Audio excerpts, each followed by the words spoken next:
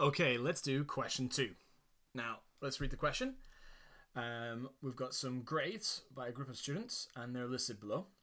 It wants us to work out the median, the interquartile range, and the probability that a student chosen at random from the group scored at least 4. So the median is when we put the numbers in order and find the middle number. Now, this question can actually be done, the majority of it, the first parts, A and B, completely on the calculator. And I'm probably going to show you that method because it's a little bit easier to do. However, you can get some marks just for writing some things down. So the first thing we want to do is to write the numbers in order. So we'll start with 2 because that's the smallest number. Then we have a 3.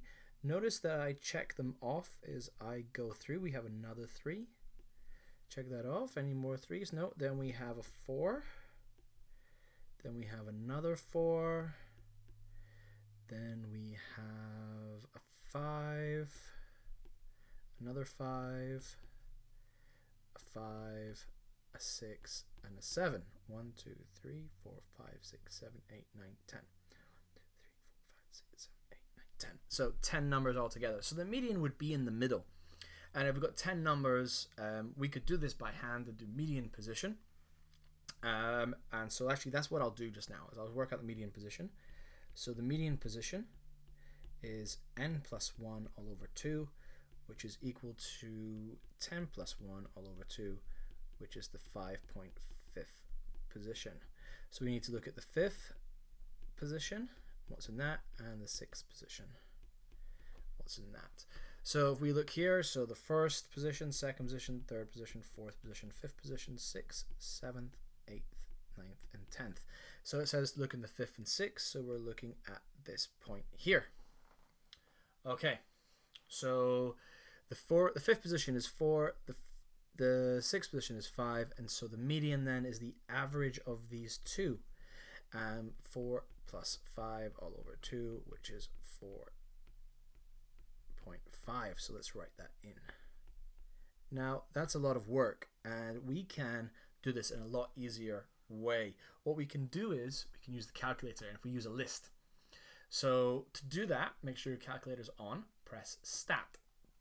Now, what we want to do is put the numbers into the list. Now, I'm going to put the numbers just as they appear in our top part here. So we press Stat, takes us into the menu. We want to select Edit. So Edit. And we've already got something in our list. So let's just go scroll up to the top and press Clear. And press Enter. And that clears everything in the list. So it just makes it a little bit easier for us. Now, what we need to do is put 6, Enter, because that's the first one. Then 4, Enter. 5, Enter.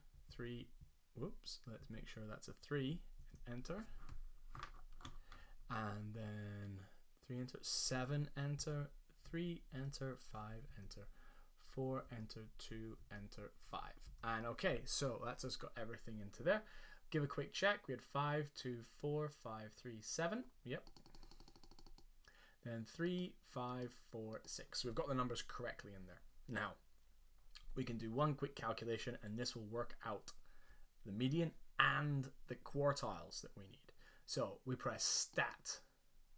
We scroll one across to calculate and we're going to do one var stat. So press Enter. The list is the list that we've chosen, and as we put everything into L1, we're not going to have to do anything. There is no frequency for this, so just leave it blank. And if it's not blank, delete what's in there. And then scroll down and hit Calculate. Okay, so this tells us things. There's 10 numbers there. The mean is 4.4. If we scroll down now, it gives us some values. So we've got the minimum values 2. Quartile 1 is 5. So our lower quartile is 5. So let's write these things down. Q1 is 3, sorry. I don't know why I said 5. The median is 4.5, which actually we worked out already, so we didn't have to work that out. And then we have the upper quartile, Q3 is 5. All right, so the interquartile range.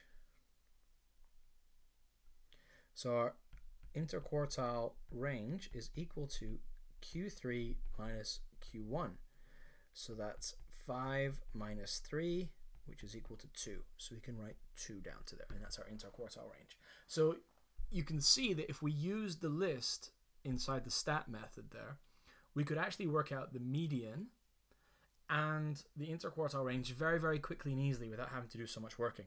However, to get some marks here, we want to make sure that we write down the numbers in order like we did there, and we want to make sure that we show this part here, that the interquartile, this part here.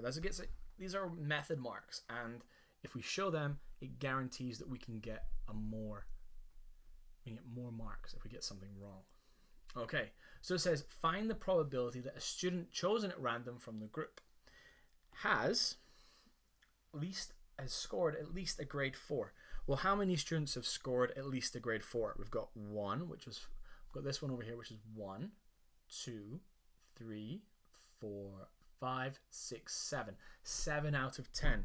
So the probability that it's greater than or equal to 4 is equal to 7 out of 10, which you can write as 0.7.